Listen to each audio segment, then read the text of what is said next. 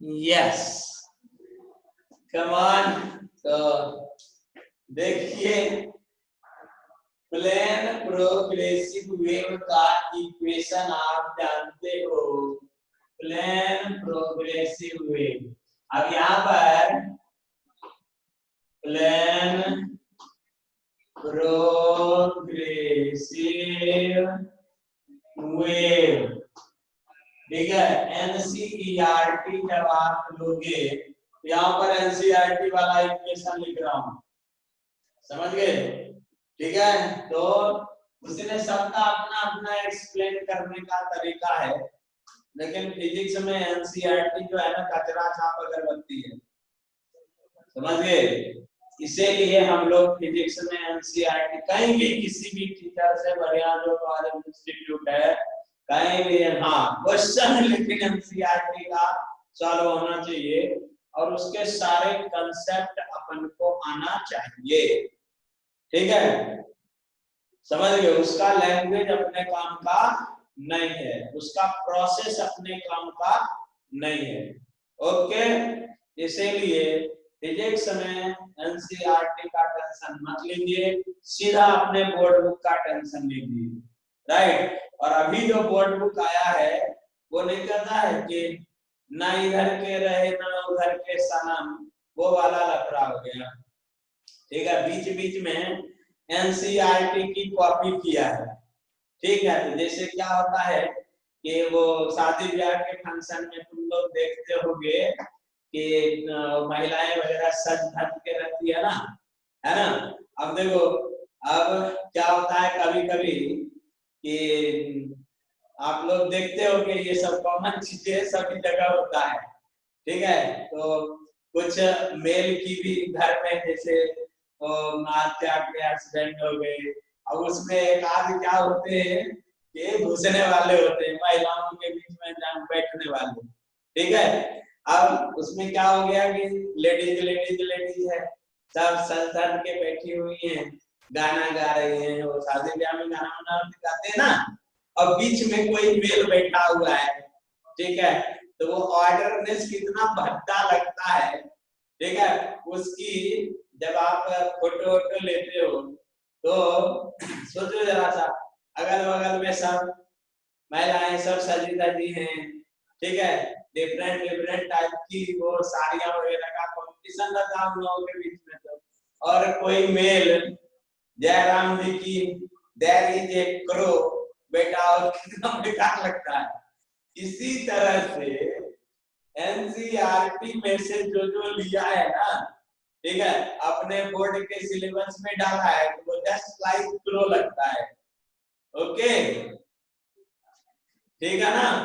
तो वो जो क्रो टाइप चीज है, देख वो देखने की जरूरत नहीं, या फिर फ्री दिमाग से देखो बिंदास, उसका कंसेप्ट क्वेश्चन लगाने का, जरा आगे बढ़ने का, ठीक है।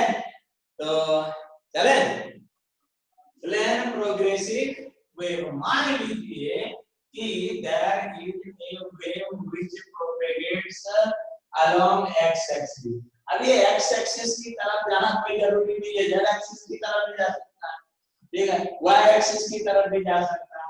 तो कोई प्लेन प्रोग्रेसिव वेव इस तरह से जा रहा है, ठीक है, ऐसे एक्स एक्सिस के अलोंग जा रहा है, राइट, ठीक है, ये ऐसे जा रहा था, राइट ना, ये इस तरह से ऐसे जा रहा था, किस स्पीड से जा रहा था, तो v स्पीड से जा रहा था, ओके, v स्पीड से जा रहा था। ये मीठा सा सर छोड़ दूंगा जरा,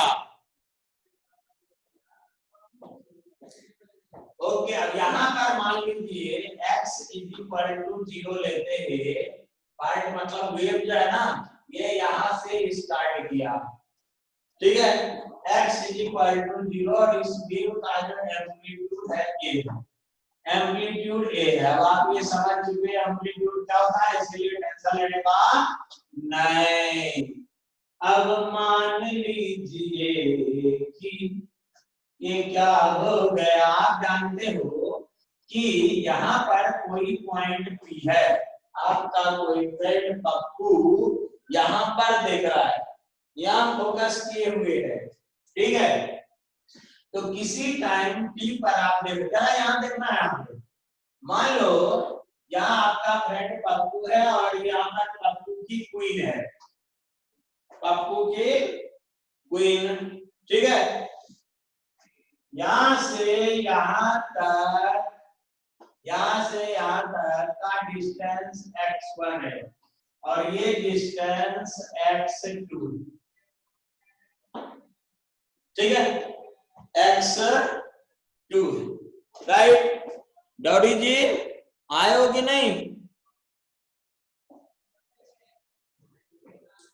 जिसका नाम बोलता हूं वो मतलब मैं चैट पे मैसेज करा, ओ सर, हाँ सर, बाय सर, जो मानो वो, लेकिन रिएक्ट हो, वरना नाक तोड़ दूंगा, समझ गए? जिसके नाम लेता वो सीधा रिएक्ट होगा। अभी तक डॉडी का कोई रिएक्शन नहीं आया है कॉपी का, इट मीन्स व्हाट? मैं तो यही समझूंगा ना।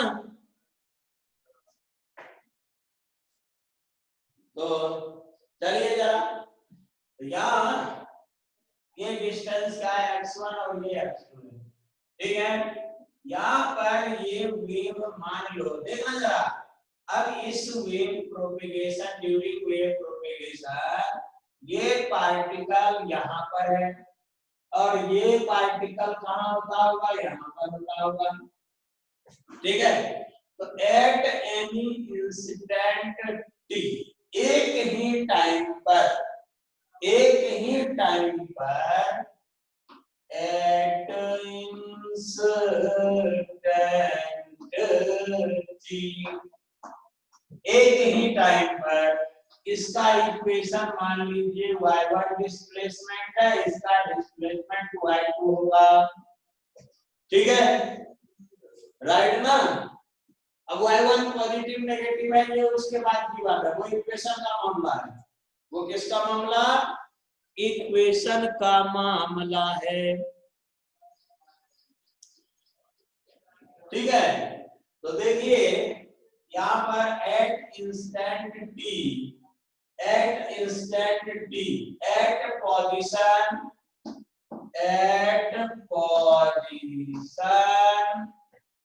x1, ठीक है। पार्टिकल p के लिए आप वेव इक्वेशन लिखते हो फॉर p, वेव इक्वेशन लिखते हैं मेरे जवानों, तो क्या लिखेंगे? y1 is equal to a sin omega t minus k x1, k x1, ठीक है। और सेम इंस्टेंट पर at position x2 for q, आप यदि लिखते हो इस वेव का इक्वेशन, इस वेव को एक्सप्लेन करने वाला इक्वेशन, तो क्या लिखेंगे? y2 is equal to a sin omega t minus kx2, ठीक है, माइनस kx2, ठीक है, ओके जी। अब देखो, अब देखिए प्यारे, अब देखिए प्यारे, यहाँ पर इसका फेज एंगल, इसका फेज एंगल और इसका फेज एंगल, ये हो गया, इसके लिए फेज एंगल ये हो गया, ठीक है, फेज एंगल ये हो गया। अब यहाँ पर आप में से कोई मेरे को ऑब्स्ट्रक्ट कर सकता है, साहब जी आप पूछ सकते हो कि सर आपने तो वेव को यहां से बताया है ना, ये वेव की स्टार्टिंग कहां से? यहां से ना, दिख रहा है कि नहीं? तो यहाँ पर ये जो इक्वेशन होगा वो क्या होगा जानते हो, प्लस पाई बाय 2, ठीक है। यस, या यहाँ पर कॉस कर दो, कॉस कर दीजिए, ठीक है। ये आप जानते हो, ये बताने की जरूरत नहीं। यदि मान लीजिए ये यहाँ से स्टार्ट होता और ऐसा जाता तो फिर वो पाई बाय 2 लिखने की जरूरत नहीं है, ठीक है। यहाँ भी क्या हो जाएगा, प्लस पाई बाय 2, ओके बिंदास, ठीक है, राइट ना। Now this equation represents this wave, ठीक है, दिस वेव। यहाँ पर फेज एंगल इसके लिए, अब इसका मतलब क्या हो गया, इसका मतलब ये हो गया, देखो जरा सा, displacement equation of particle depends on position. अलग अलग पार्टिकल के लिए, फॉर डिफरेंट पार्टिकल्स, ठीक है, displacement during this wave propagation is different, ठीक है, ओके। तो यहाँ पर फेज एंगल क्या हो गया, θ1 is equal to omega t minus kx1 plus pi by 2। इसके लिए फेज एंगल क्या हो गया, θ2 is equal to omega t minus kx2 plus pi by 2, ठीक है, प्लस पाई बाय 2, ओके जी, राइट। जी अब किसी वेव प्रोपेगेशन के ड्यूरिंग आपसे कहता है फेज डिफरेंस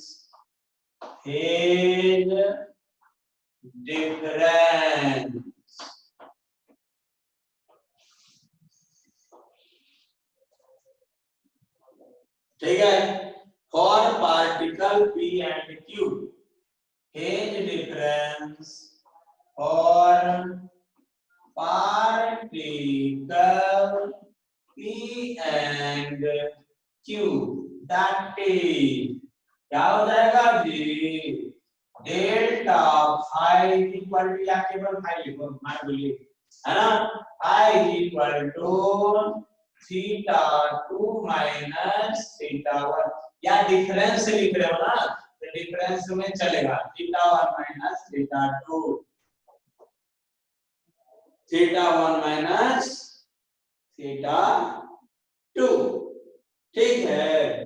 अब यहाँ पर लिख दीजिए, क्या हो जाएगा, phi equal to omega T और पाई बाय 2 कैंसिल हो जाएगा, क्या हो जाएगा जी, कैंसिल हो जाएगा।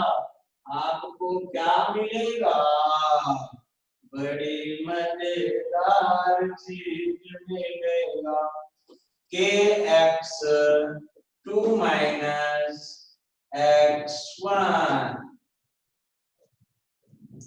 ठीक है, राइट ना, kx2 माइनस x1।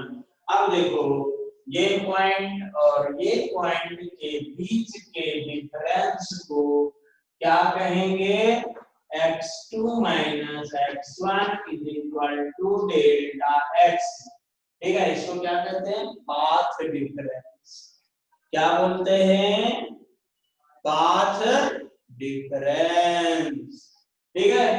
तो हटा रहा हूं इसको, अब इक्वेशन आपके सामने है, पाथ डिफरेंस, राइट। तो फेज डिफरेंस यहाँ पर देखिए, phase difference I is equal to k into delta x, ठीक है। अब k का वैल्यू क्या होता है आप लोग जानते हो, k का वैल्यू कोई बोलेगा मेरे को, ओमेगा बाय v, एक बात, ठीक है, 2 पाई t बाय, बार बार रिवीजन कर रहा हूं, लेफ्ट टाइम 2t कैंसिल हो by lambda. Okay, 2 pi by lambda सब जगह काम की चीज है ये। तो यहाँ पर phi is equal to, you can also write here 2 pi by lambda into delta x. ठीक है, you can also write here phase difference, ये क्या है, फेज डिफरेंस। ठीक है, is equal to 2 pi by lambda into path difference. ठीक है, path difference. ठीक है, this is your formula, path difference. ठीक, तो ड्यूरिंग वेव प्रोपेगेशन, यदि एक ही वेव प्रोपेगेट हो रहा हो, ठीक है, तो वेव प्रोपेगेशन में 2 पॉइंट्स जो अलग अलग डिस्टेंस पर प्लेस्ड है, ठीक है, उनके बीच के पाथ का डिफरेंस, ठीक है, और फेज डिफरेंस में ये रिलेशन होता है। ठीक है, यहाँ का पार्टिकल उठे जा रहा है, यहाँ पर है, राइट ना, और यहाँ का पार्टिकल यहाँ पर है, ये पार्टिकल ऊपर जा रहा है, ये पार्टिकल नीचे जा रहा है। ठीक है, तो इसको कौन रिप्रेजेंट करेगा, फेज डिफरेंस।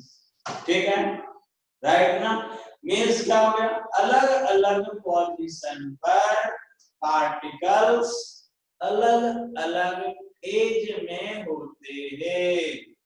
ठीक है, अलग अलग फेज में होते हैं। ठीक, तो जरा देखिए, जरा देखो, इसको हटाता हूं,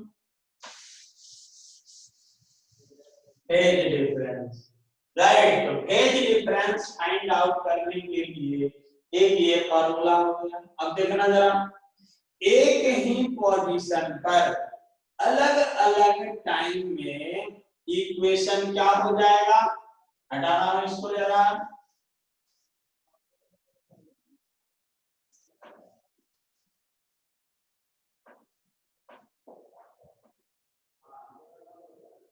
eight instant t is equal to t1 for p,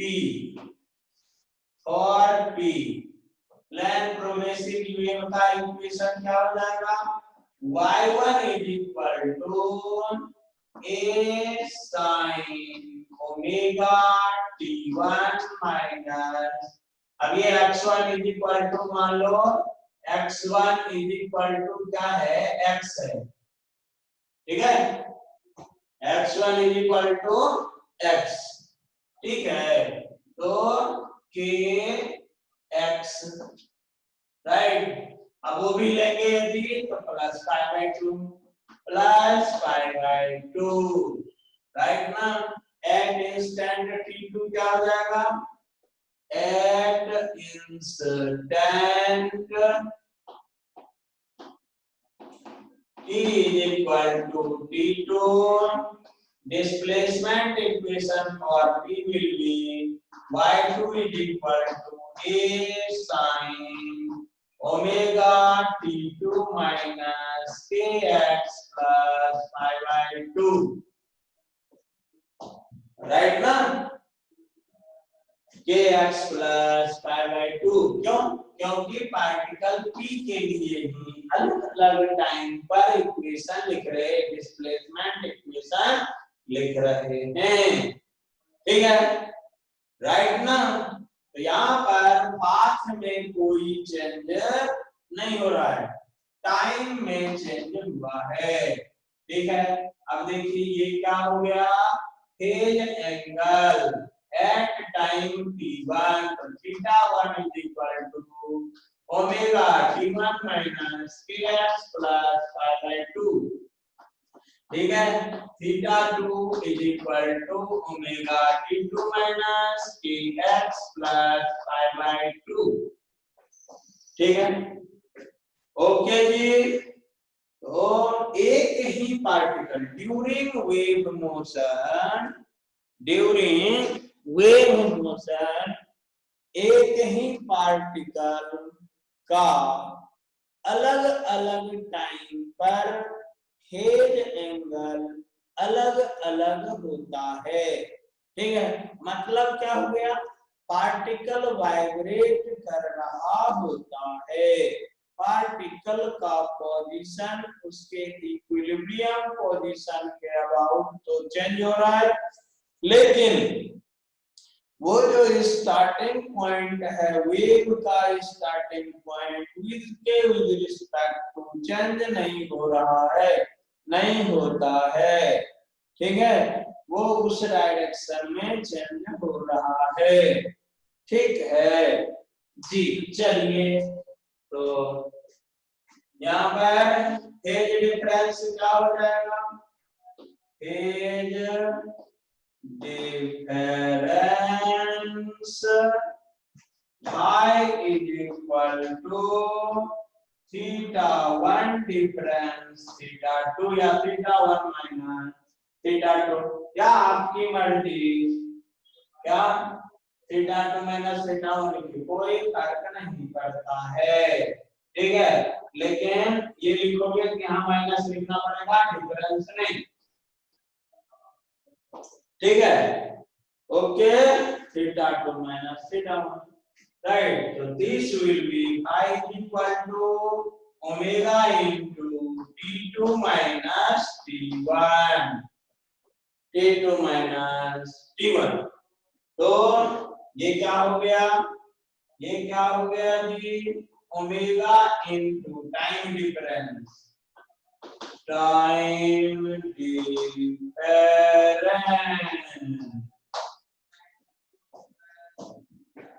okay, कहने का मतलब ये हुआ कि किसी पार्टिकल का फेज एंगल या फेज जो होता है वो पोजीशन और टाइम दोनों पर डिपेंड करता है। ठीक है, पोजीशन और टाइम दोनों पर डिपेंड करता है।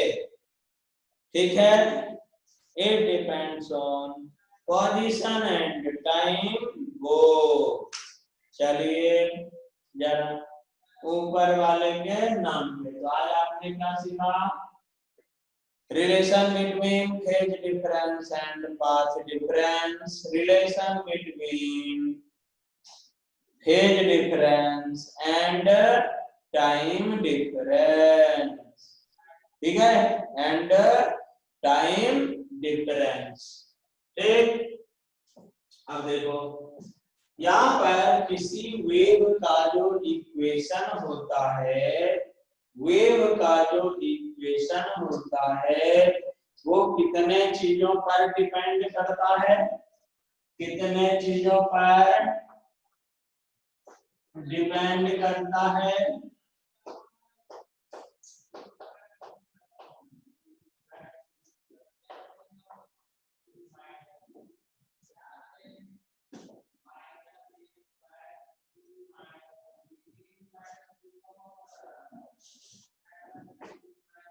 राम जी कोई बोलेगा, किसी वेव की जो प्रॉपर्टी होती है, किसी वेव की जो प्रॉपर्टी होगी वो कितने चीजों पर डिपेंड करेगा। यहाँ पर किसी वेव की प्रॉपर्टी एम्पलीट्यूड होता है, नंबर 1 एम्पलीट्यूड, नंबर 2 ओमेगा, देख सभी के लिए सेम होगा है ना, ओमेगा, ओमेगा मतलब एंगुलर फ्रीक्वेंसी। ठीक है, और दूसरा थर्ड चीज क्या होता है, direction of wave, direction of motion of wave, ये 3 चीजें होती है। आगे थोड़ा सा और देखते हैं इसमें। ठीक है, अब यहाँ पर हम लोग जो सेकंड पॉइंट पढ़ने वाले वो क्या पढ़ेंगे, reflection of wave. Reflection of wave. ठीक है, तो पहले छोटे छोटे जो पॉइंट्स हैं उसको खत्म करते हैं और उसके बाद तो बड़ी चीजें होगी। बड़ी चीजों में उसके छोटी छोटी चीजों को निकालने का पहले reflection of wave, reflection of wave. ठीक है, अब यहाँ पर हमारा और अदर बुक्स का कंसेप्ट थोड़ा बदल जाता है। या सीधा सीधा पढ़ने का, देखो मीडियम कैसा लेते हो, इलास्टिक लेते ना रे, मीडियम कैसा लेते हो, इलास्टिक। ठीक है, तो जो वेव जा रहा है किस मीडियम में जा रहा है, इलास्टिक मीडियम में, है ना। कोई चीज टकरा करके लौटा, कोई चीज टकरा करके लौटा किस मीडियम में, इलास्टिक मीडियम में। तो वो कैसा कॉलिजन होगा, इलास्टिक कॉलिजन होगा। जय राम जी, कैसा कॉलिजन होगा, इलास्टिक कॉलिजन होगा। और इस इलास्टिक कॉलिजन के लिए बाबा स्टोक ने, जो हम लोग मैकेनिक्स में पढ़ते हैं, क्या पढ़ते हैं, क्या पढ़ते हैं मैकेनिक्स में, क्या पढ़ते हैं,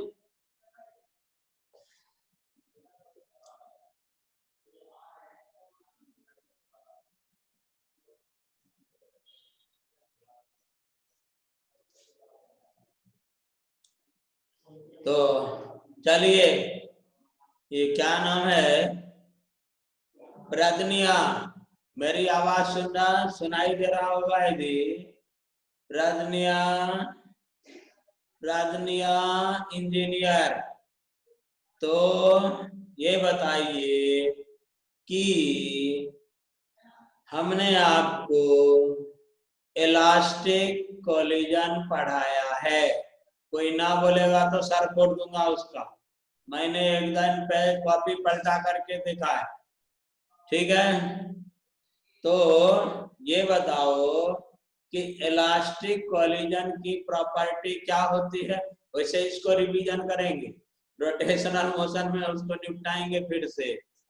ठीक है, इलास्टिक कोलिजन की property, kinetic energy, kinetic energy conserve होता है कि टोटल एनर्जी कंजर्व होता है, प्रज्ञा जल्दी मैसेज मार, केई की टीई,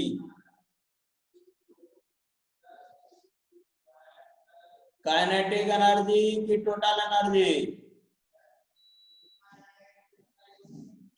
मैसेज नहीं आया अभी तक।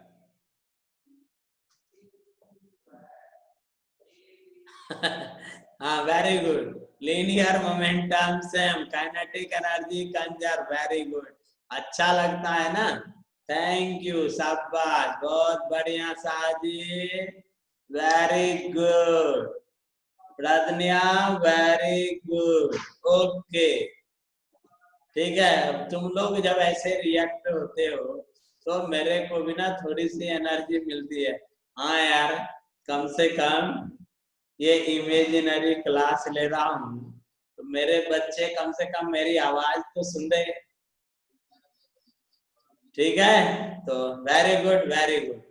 देखो, तो काइनेटिक एनर्जी कंजर्व, अब तुम ही सोचो जरा, कितना सिंपल, अभी बताऊंगा ना तो तेरे को सो इजी लगेगा। ठीक है, अब देख जरा, एक कोई पत्थर को अपन दीवार पर मारेंगे और वो लौटेगा, मतलब एक बात बता, उसके एंगल में डायरेक्शन ऑफ वेलोसिटी जो है कितना चेंज हो गया, मतलब लीनियरली अपन ने मारा सीधे दीवार के परपेंडिकुलरली। ठीक है, समझ गए, जैसे ये देखो पीस ऑफ स्टोन है और उसको हमने वहां मारा, ऐसे मारा, वो तिकड़े गया, हमारे इधर तो नहीं आया ना। ठीक है, हमारे इधर तो नहीं आया, राइट ना, तो वो उधर गया।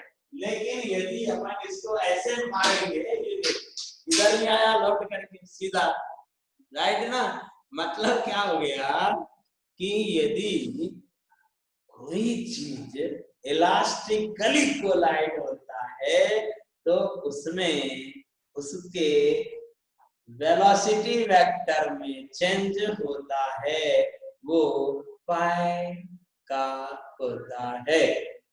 फेज डिफरेंस कितना बदल गया, पाई का। इसी को स्टोक्स लॉ कहते हैं। ठीक है, समझ गए?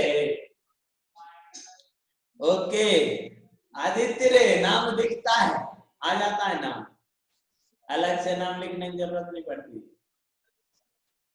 ठीक है, आजा।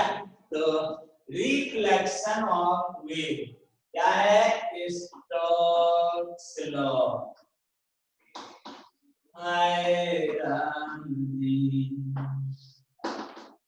When a wave strikes, ठीक है, from a rigid, wait, Ramji, rigid. When a wave strikes from a rigid surface, then phase difference phi is equal to pi, and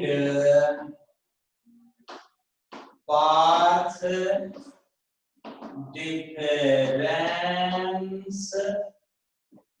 delta x is equal to lambda by 2 is arrived. Yes, ठीक है, is arrived. Okay, तो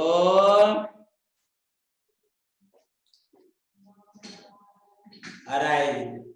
अब इसका मतलब क्या हो गया शिंदे जी,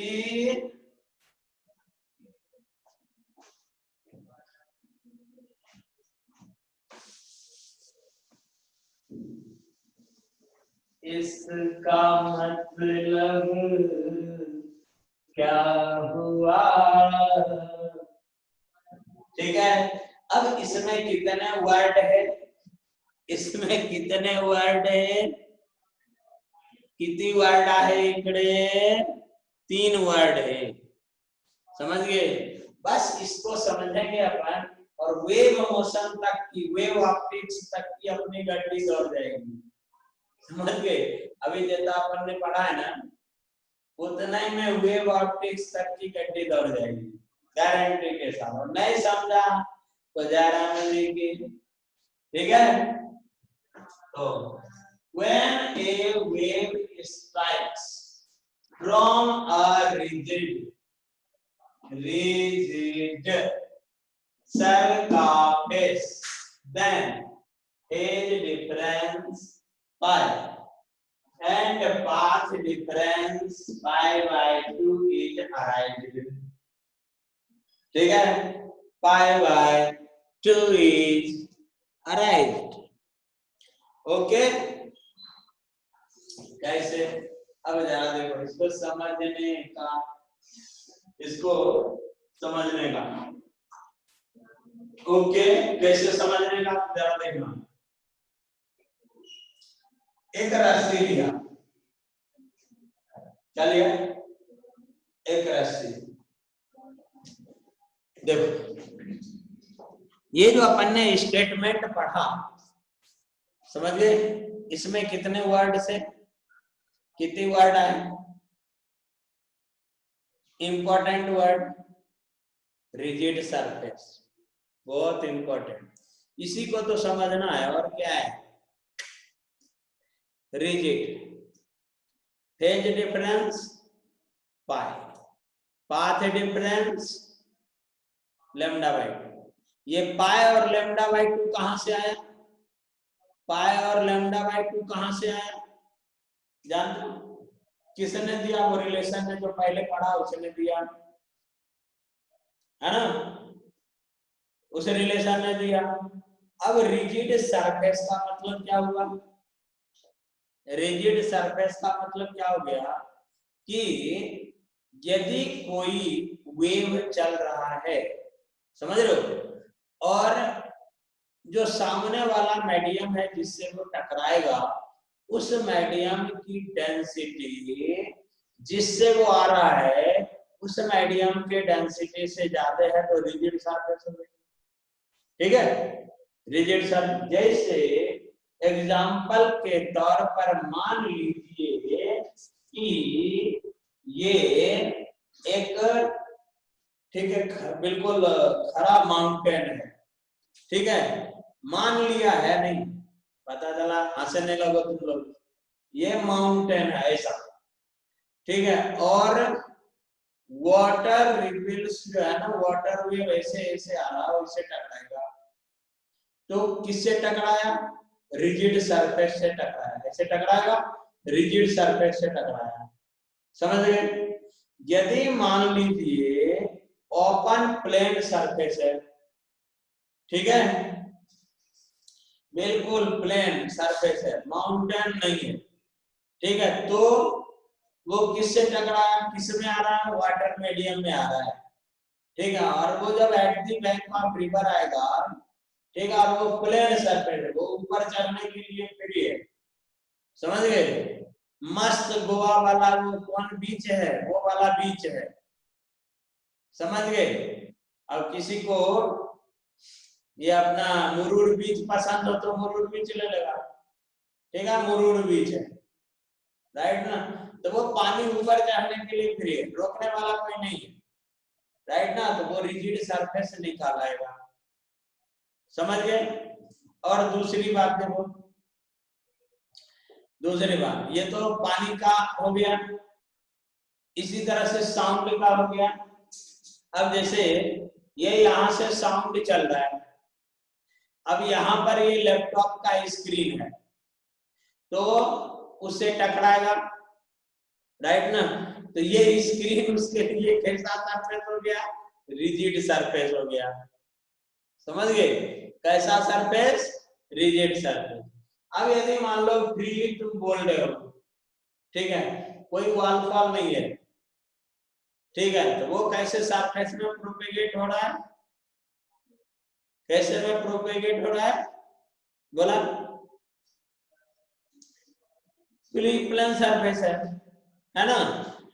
लेकिन यदि मान लो एक जैसे एयर मीडियम है, एयर मीडियम, और अपन ऐसे बोल रहे, ठीक है, बोल रहे ऊपर में सोचो जरा सा, एयर का जो लेयर होगा, ठीक है, वो वैक्यूम वाला होगा, है ना? तो अपना जो साउंड वेव है, साउंड वेव, ठीक, वो वैक्यूम से वाले सरफेस से टकराएगा, उधर कैसा सरफेस हो गया? रिजिड सरफेस नहीं हुआ। अब इसको प्रैक्टिकल वे में चलते हैं। आप लोग जानते हो कि मॉर्निंग के टाइम में, है ना, मॉर्निंग के टाइम में, ठीक है, नीचे का जो ग्राउंड का जो, जैसे मान लो डेजर्ट एरिया में अपन गए, तो डेजर्ट एरिया में क्या होता है भाई? डेजर्ट एरिया में नीचे का सरफेस जल्दी ठंडा हो गया, रात को ठंडा हो गया, ठंडा हो गया तो जो एयर जो डेंसिटी होगी एयर की, वो क्या हो गई? डेंस्ड हो गई, है ना? अब उसमें ये मशीन है, ठीक है, साउंड वेव वाला मशीन है, वो बोलता है, ठीक, तो ऊपर लेयर जब जाएंगे अपन, अपर लेयर, तो टेम्परेचर डिफरेंस जहां पे ज्यादा होगा, जैसे वो ट्रोपोस्फियर, ट्रोपोपॉज, ये सब पढ़ते हैं ना, आइनोस्फियर, है ना? तो वो जो सरफेस होगा, तो ऊपर क्या हो गया? ज्यादा टेम्परेचर, नीचे क्या हो गया? Low temperature. तो यहाँ पर एयर की डेंसिटी ज्यादा, ऊपर में डेंसिटी कम, तो यहाँ से साउंड वेव जाएगा तो किससे टकराएगा? है ना? किससे टकराया? रिजिड सरफेस से नहीं टकराया, ठीक है। तो ऐसे साउंड वेव में जो रिफ्लेक्शन होगा यदि, तो ये जो डिफरेंस है पाई का फेज डिफरेंस वो अराइज नहीं होगा। लेकिन अब देख जरा, संध्या कालीन आ जा तुम, ठीक है, या दोपहर में टेम्परेचर सनलाइट है, सनलाइट, ठीक है, तो ये डेजर्ट का जो सरफेस है ना वो बहुत गर्म है, तो यहाँ का आसपास का ये जो अर्थ से सरफेस के कांटेक्ट में जो एयर होंगे उसकी डेंसिटी क्या होगी? कम होगी, है ना।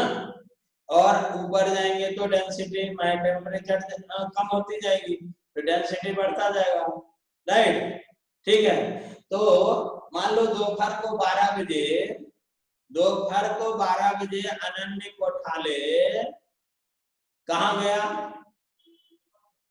राजस्थान में जैसलमेर में, ठीक है, वो जो एटॉमिक विस्फोट हुआ था ना, समझ गए, वहां उसको देखने के लिए गया। कौन? अनन्य कोठाले, ठीक है। और वो चिल्ला रहा, अरे वाह, तो उसके साउंड जो प्रोड्यूस होंगे वो ऊपर भी जाएंगे, तो किस लेयर से लौट करके आएंगे? सोचो जरा, ऊपर में डेंस, ठीक है, डेंस मतलब रिजिड सरफेस से लौट करके आएगा, ठीक है, समझे।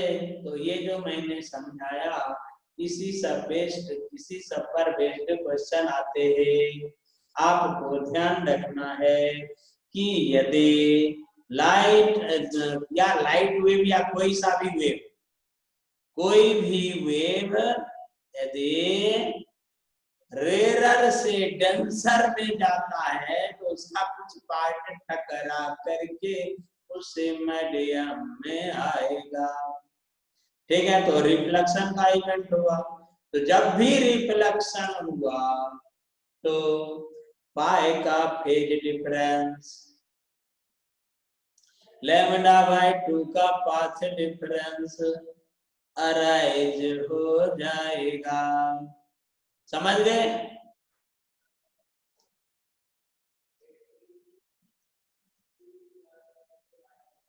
ए अपने इधर टनाटन है यार, पता नहीं साउंड क्यों नहीं जा रहा है, राम जाने।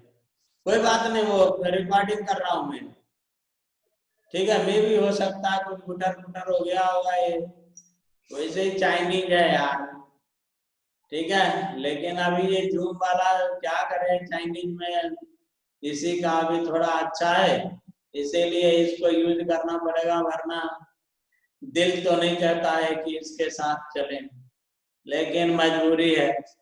ओके, तो चलते हैं, क्या है? तो ये तो हुई साउंड वेव की बात। अब देखना जरा रस्सी की बात कर रहे हैं।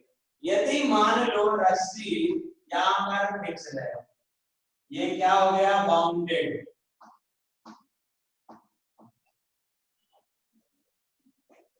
ठीक है, या बेल्ट है, सोल्ड है, बाइंड है, जो भी।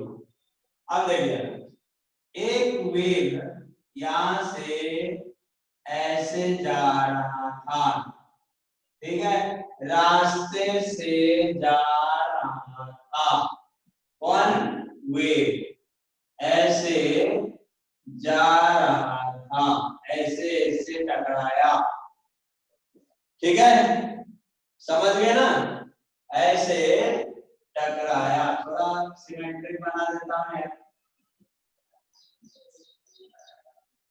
ये जा रहा था रास्ते से, एक बनाता हूं इसलिए ऐसे गया, ठीक है, ओके। तो ये वेव क्या कहलाएगा? इंसिडेंट वेव, ठीक है।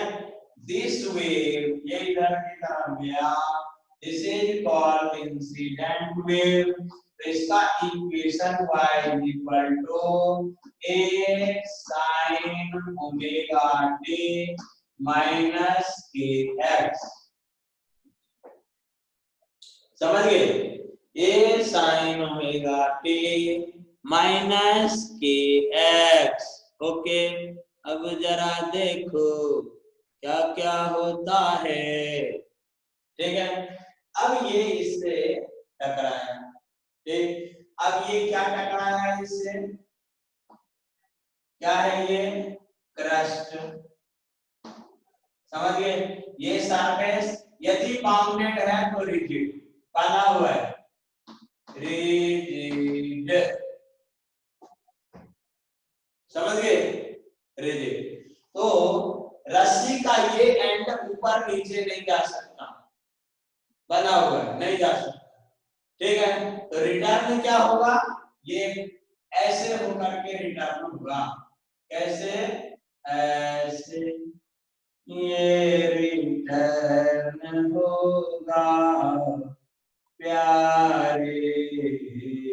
अब यहाँ पर छोड़ देता हूँ इसको। ये क्या है, इंसिडेंट वेव, इंसिडेंट वेव। ठीक है, अब ये क्या हो गया, रिफ्लेक्टेड वेव, रिफ्लेक्टेड वेव।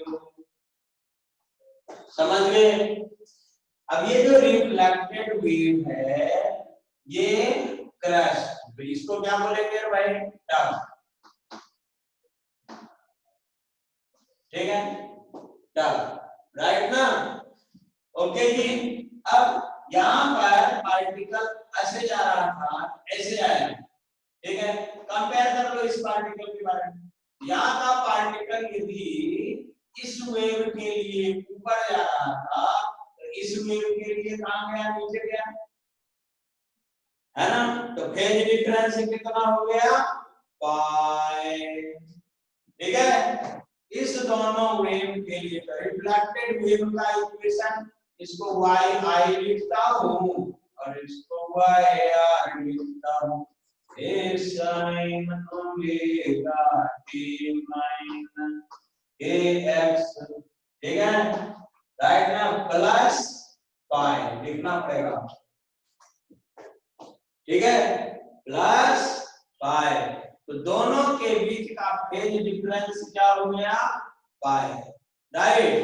ठीक है, अब बोलोगे पाथ डिफरेंस कितना, पाथ डिफरेंस कितना, यहां लिख देता हूं, path difference delta x is equal to, तूने फार्मूला पढ़ा, देख लीजिए formula, lambda by 2 pi into phase difference, phase difference. ठीक है, तो path difference delta x is equal to lambda by 2 pi into pi, तो delta x is equal to lambda by 12। ठीक है, और आप लोग जानते हो टफ और क्रस्ट के बीच का डिस्टेंस कितना होता है, लैम्डा बाय 2 होता है। ठीक है, ओके जी। तो when a wave strikes from rigid surface, then after reflection phase difference by path difference lambda by 2 is arrived। ठीक है, ओके। अब जरा देखो ट्रांसवर्स वेव का एग्जांपल फिर से ले लेते हैं, इसको हटाता हूं, ये लीजिए, ये लीजिए, जरा देखिए, एक रस्सी ऐसा है, यहाँ पर एक पोल में ये ऐसा एक पोल है, पोल, समझ गए। इस पोल का व्यू कोएफिशिएंट ऑफ फ्रिक्शन 0 है, समझ गए। कोएफिशिएंट ऑफ फ्रिक्शन क्या है, 0, 0। ठीक है, समझ गए।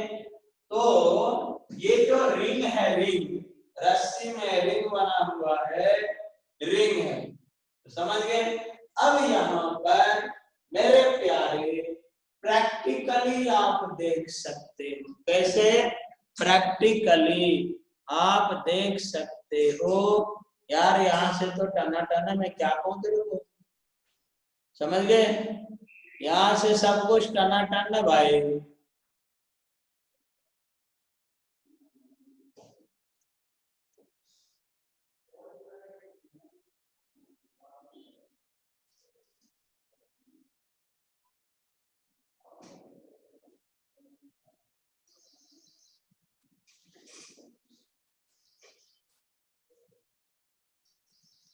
यहाँ से सब कुछ फिट है, ठीक है? तो देखो जरा, यदि ये मूव करने के लिए फ्री है, मूव करने के लिए फ्री है, तब ऐसे कंडीशन में इस रस्सी को पकड़ के यदि आप ऐसा करते हो, ऐसा एक डिस्टरबेंस लाते हो और ये ऐसे आया, ये कैसा? ऐसा आया, समझे? तो चलेगा, कोई प्रॉब्लम नहीं।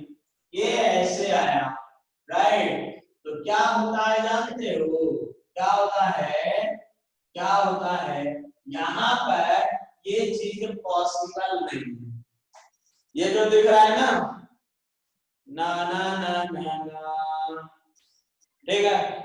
ये जो डायग्राम, यदि आप कोई ऐसा डायग्राम बनाते, देखिए दिमाग चलाने का, ऐसा डायग्राम बनाते हैं तो दिस इज 100% रॉन्ग। ये पॉसिबल नहीं है, ये पॉसिबल नहीं है, ये पॉसिबल नहीं है, समझे? क्यों पॉसिबल नहीं? क्योंकि तुमने यदि यहाँ पर ये चीज लाया, 3 पॉइंट है, उसको डिस्टर्ब किया ऐसा, तो 3 एंट्री है, ये भी ऑलवेज अपने मेन पोजीशन से मैक्सिमम डिस्प्लेसमेंट पर होगा। तो मेरे प्यारे जरा देखो, इसी को आगे बढ़ा रहा हूं,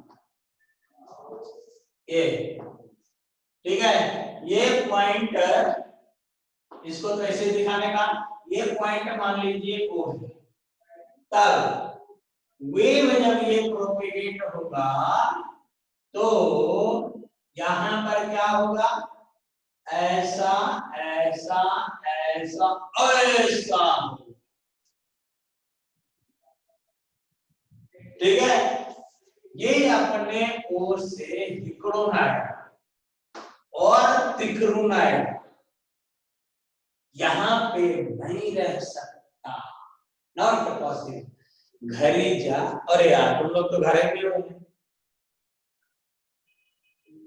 बनाने के बाद एक रस्सी क्या बड़ी बड़ी, ठीक है, खींचो ऐसे झटक, तो वो एंड फायर, यदि तुमने एक वो मम्मी का चूड़ी लेना, और चूड़ी वाले जो उनका तो कोई बात ही नहीं है, अपनी चूड़ी रख लेना, ठीक है? एक कोई रॉड वगैरह घर में होगा, उसमें लगाने का और ऐसे झटकने का, वो भी ऊपर नीचे जाएगा गारंटी के साथ, लेकिन फिक्शन लेस होना चाहिए, मतलब फिक्शन कम होना चाहिए, समझे? ठीक है? It is not, no no no no no, ऐसे बनाएगा, इसको कट करेगा, ये गलत होगा, इट इज करेक्ट, ये सही, ठीक है? तो आफ्टर रिफ्लेक्शन, रिफ्लेक्टेड वेव में क्या होगा? ठीक है? रिफ्लेक्टेड वेव में क्या होगा? रिफ्लेक्टेड वेव भी ऐसा, ये यहां से कुछ आ गया, इग्नोर आ गया, समझ गए? ऐसे आया, ठीक है? तो ऐसे कंडीशन में रिफ्लेक्टेड वेव जो है वो भी ऐसा ही जाएगा, इंसिडेंट वेव का इक्वेशन तो y equal to a sin omega t minus kx। ठीक है, रिफ्लेक्टेड वेव भी ऐसा ही जाएगा। कैसे जाएगा? ऐसा ही जाएगा, डायरेक्टली के साथ। ये यहां से चलो ऐसा और ये ऐसा, समझ गए? ठीक है, ओके। तो ये इंसिडेंट वेव यहां तक आएंगे और रिफ्लेक्टेड वेव भी ऐसे ही रिटर्न होंगे।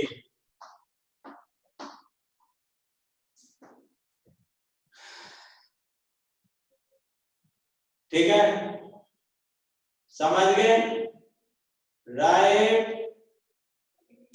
तो कहने का मतलब ये हुआ कि yr is also equal to a sin omega t minus kx। ठीक है, दोनों के बीच का फेज डिफरेंस क्या हो गया? I0। Path difference delta x।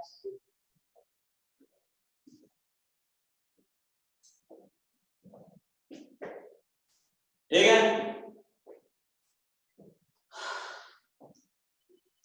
Right. अब देख जरा, ये किसके लिए हो गया? कैसा wave? Transverse wave. Longitudinal wave में हटा रहा हूं। और देख, यदि यहाँ रिंग लगा हुआ है, यदि यहाँ पर रिंग लगा हुआ है, तो ये सरफेस कैसा कहलाएगा? रिजिड सरफेस नहीं कहलाएगा, नॉन रिजिड सरफेस। ठीक है, नो रिजिड सरफेस, वो रिजिड सरफेस नहीं कहलाएगा। ठीक है, इसका मतलब ये हुआ कि ये एंड जो है ना वो खुला भी छोड़ दोगे ना, तो ऐसे जैसे एक रस्सी लिया और दूसरा एंड ऐसे ओपन है, खुला है। ठीक है, तो उसको ऐसे झटकेगा ना तो वो भी ऊपर जाएगा, वो भी ऊपर जाएगा, लास्ट एंड भी ऊपर जाएगा। प्रैक्टिकल करके देख सकता है। ठीक है, तो ये क्या कहलाएंगे? Open end. Open end. ठीक है, ये क्या कहलाएगा? बाउंडेड एंड या क्लोज्ड एंड। ठीक, ओके। चल हटा रहा हूं इसको।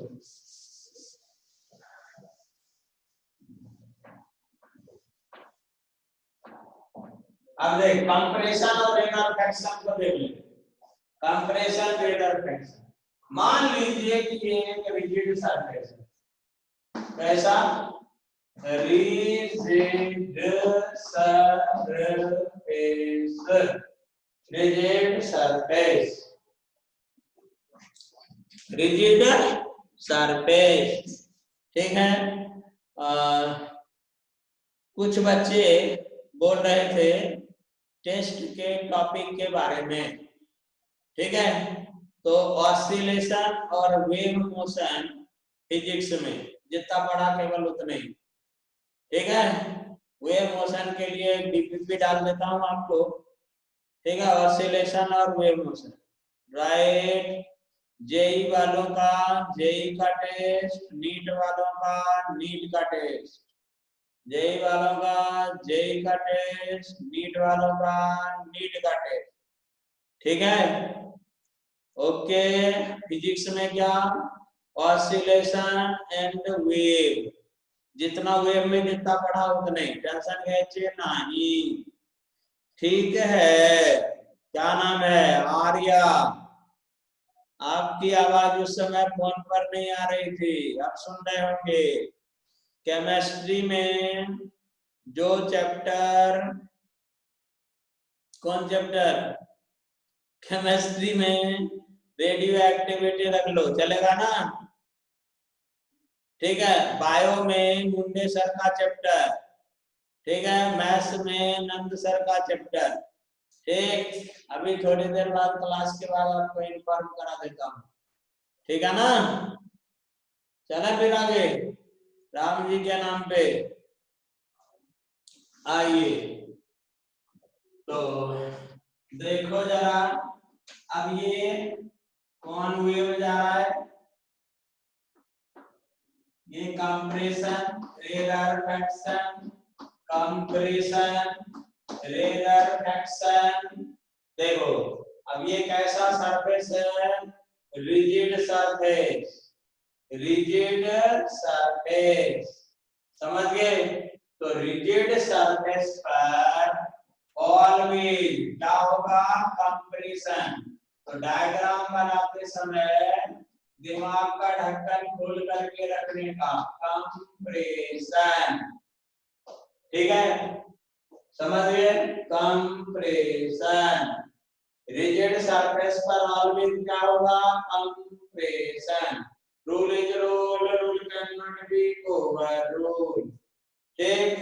अब देखो, अब ये यहाँ पर एक मीडियम पार्टिकल ले लेता हूं इसको, ठीक है, ये अपने मीन पोजीशन पे इधर इधर वाइब्रेट कर रहा है, इसका एम्पलीट्यूड ए ले लेता हूं, एंगुलर स्पीड ओमेगा, किसी टाइम टी पर पोजीशन ये एक्स एक्सिस है, तो x is equal to a sin omega t minus k x, ठीक है। अब ये x क्या हो गया, यहाँ से यहाँ का डिस्टेंस हो गया, ठीक, okay.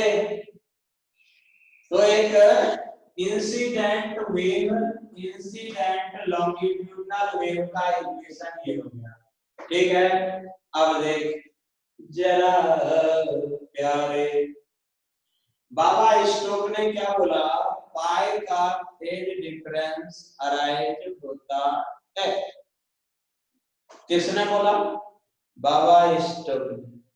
When a wave strikes from a rigid surface after reflection, phase difference pi is arrived, ठीक है। तो यहाँ भी पाई अराइज होना चाहिए कि नहीं, तो कैसे, तो देखो यहां से यहां तक आएंगे तो क्या हो गया, pi by 4, sorry pi by 2, क्या हो गया, पाई बाय 2। यहां से यहां तक आएंगे तो क्या हो गया, पाई। अब पाई फेज डिफरेंस के बाद कौन आया, कौन आया, कंप्रेशन आया ना, कंप्रेशन आया ना, पाई के बाद कौन आया, कंप्रेशन। इसीलिए यहां पर क्या होता है, ये कंप्रेशन उधर जा रहा था, तो रिटर्न होने वाला भी कौन आएगा, कंप्रेशन, कौन आएगा, कंप्रेशन, समझ गए। तो यहां से रिटर्न कौन होगा, कंप्रेशन, ठीक है। इसी फॉर्म में ये रिटर्न होता है, कंप्रेशन, ठीक है, राइट। तो ये इधर जा रहा था, अब ये इधर जा रहा है, ये क्या हो गया, कंप्रेशन, ये भी क्या हो गया, कंप्रेशन, ठीक है। दोनों के बीच का फेज डिफरेंस क्या हो गया, delta pi equal to pi, path difference क्या हो गया, delta x equal to lambda by 2, ठीक है। इसका इक्वेशन क्या हो जाएगा, xr, माने रिफ्लेक्टेड वेव का equation, xr is equal to a sin omega t minus kx plus pi, ठीक है। अब आपकी मर्जी, यहाँ पर माइनस लिख दो, कोई फर्क नहीं पड़ता, ठीक है, प्लस पाई, राइट। तो मैंने आपको जो सिखाया वो क्या है, बेसिक स्टोक्स लॉ जानते हो। बेसिक बात क्या हो गया, रिजिड सरफेस पर ठीक है, यदि लॉन्गिट्यूडनल वेव है तो कंप्रेशन ही बनता है। रिजिड सरफेस पर क्या बनता है, कंप्रेशन। ठीक, तो ओपन सरफेस पर क्या बनेगा, रेरफेक्शन। राइट, ओपन सरफेस पर क्या बनेगा, रेरफेक्शन, है ना। समझ गए प्यारे?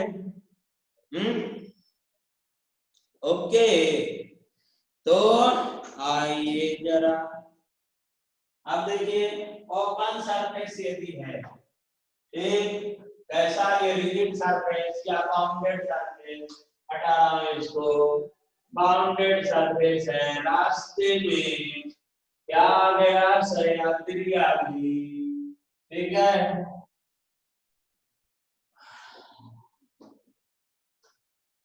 सह्याद्री आ गई, विंध्याचल आ गया, ओके, नीलगिरी आ गई, तो और उसके ढाल बिल्कुल खड़े हैं, तो ये हो गया एक ऐसा बाउंडेड मीडियम,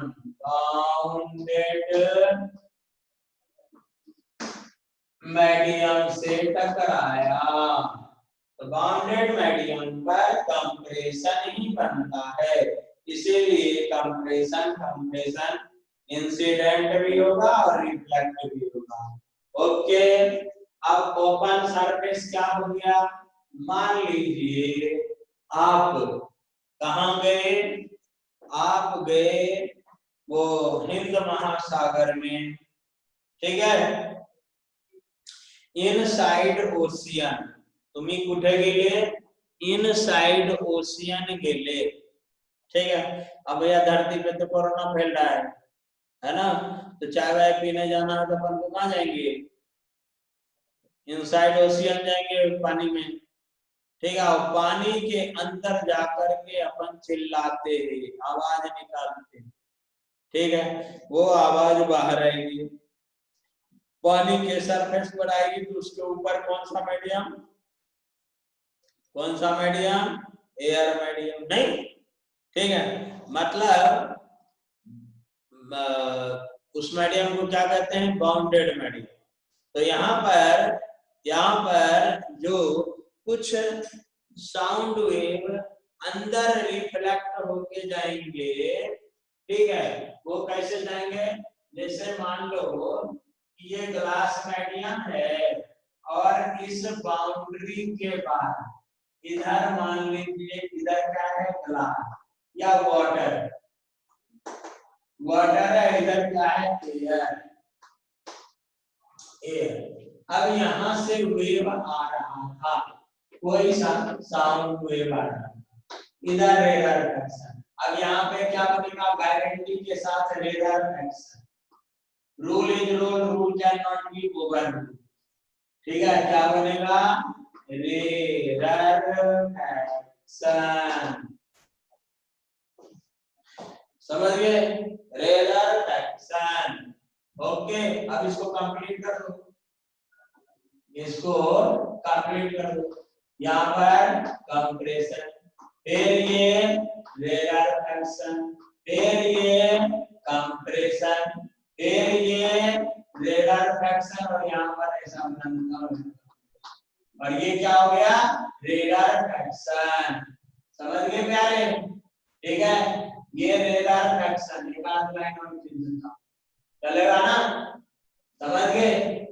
तो रिटर्न भी कौन होगा, रिटर्न फंक्शन ही रिटर्न होगा, समझे, ये रिटर्न,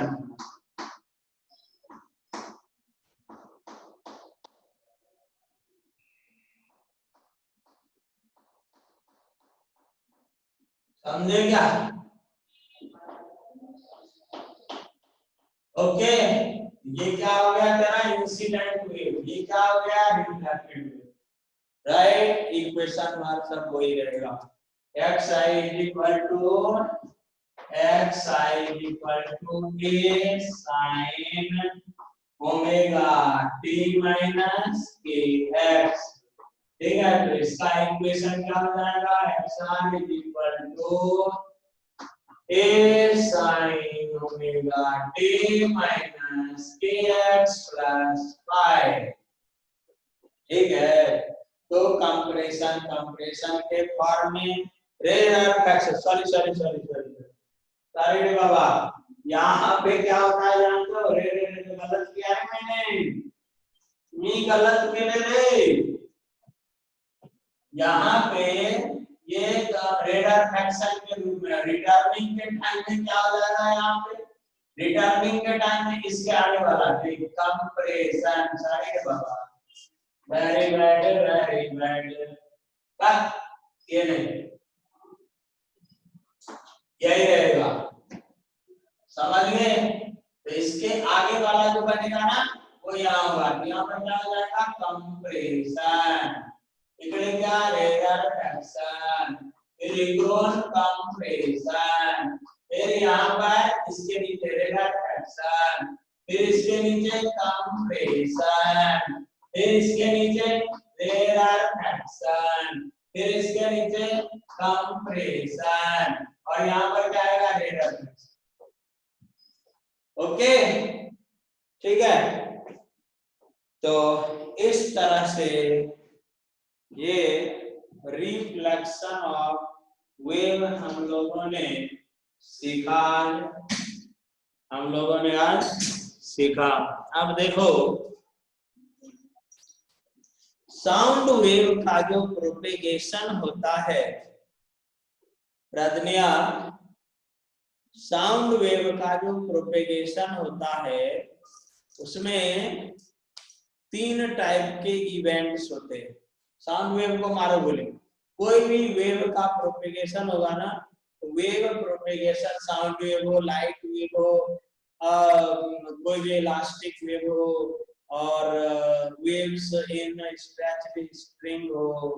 ठीक है भैया, 6-7 बच्चे तो भागे, ये कुत्तागिरी काय को करते रहे तुम लोग, हाँ? अभी फोन लगाऊंगा पेरेंट को।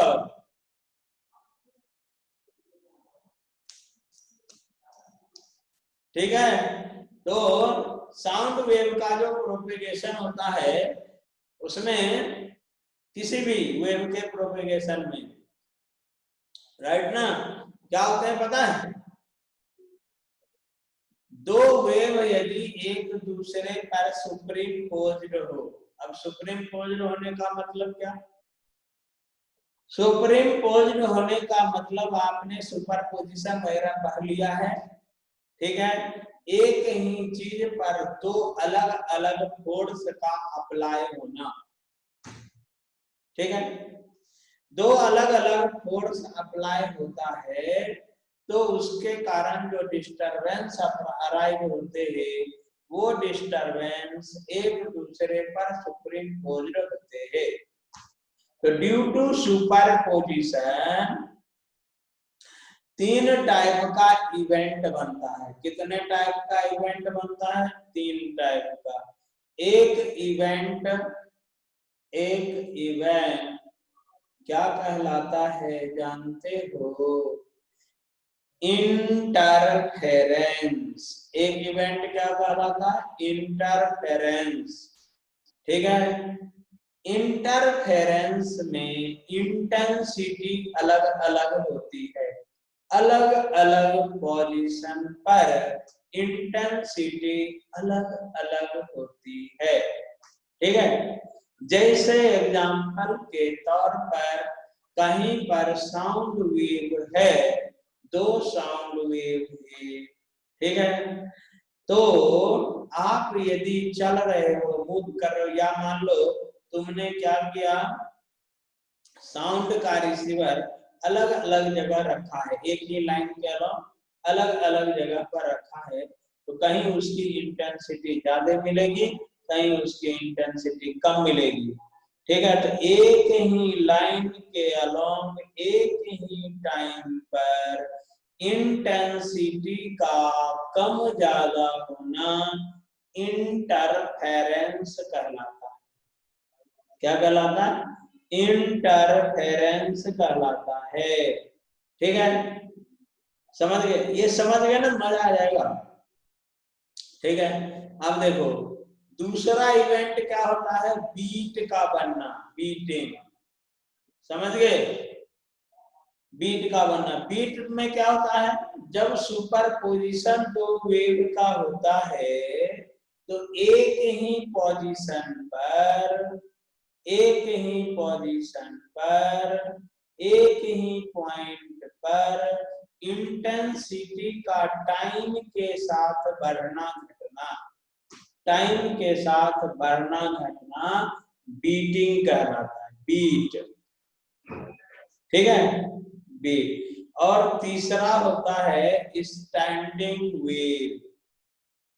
ठीक है, क्या होता है? स्टैंडिंग वेव का बनना, मतलब जो प्लेन प्रोग्रेसिव वेव है, बढ़ने वाले वेव है, वो एक जगह से दूसरे जगह प्रोपेगेट नहीं करते हैं, ऐसे वेव को स्टैंडिंग वेव कहते हैं। ठीक है, तो ये तीनों इवेंट अपने लिए इम्पोर्टेंट है, अपने लिए इम्पोर्टेंट है, समझे? और बड़ा ही सिंपल है, बहुत सिंपल। ठीक है, तो इससे पहले हम लोग क्या पढ़ेंगे? Intensity of wave. नीट और जेई दोनों के बच्चों के लिए इंटेंसिटी ऑफ वेव का फॉर्मूला बहुत ज्यादा इम्पोर्टेंट है। ठीक है, तो कल हम लोग क्या पढ़ेंगे? इंटेंसिटी ऑफ वेव, और उसके बाद होगा तो इंटरफेरेंस करेंगे। ठीक है जी, ओके। तो ये थ्योरेटिकल ग्राफोलॉजी जो है, वैसे आज ये सब आए हैं, बहुत थोड़ा अच्छा लगा, है ना? लेकिन क्या होता है कि अब आप लोग रहते थे यहाँ पे तो थोड़ा गप्पा सप्पा मार लेते थे, कभी डौरी को चिढ़ाते थे, कभी आदित्य को चिढ़ाते थे, जेई के बैच में सोनू मोनू को चिढ़ाते थे, वो दिख ही नहीं रहा है, आदित्य भोसले जी के पता ही नहीं चलते है। अरे कम से कम थोड़ा राय सर को मैसेज तो मार दे, है? धनेश कदम और वो क्या नाम है उसका, महेश, दोनों साथ साथ बैठ नहीं पा रहा है, बेचारा दोनों अलग अलग है। सोचो जरा कितना तकलीफ में होगा अभी।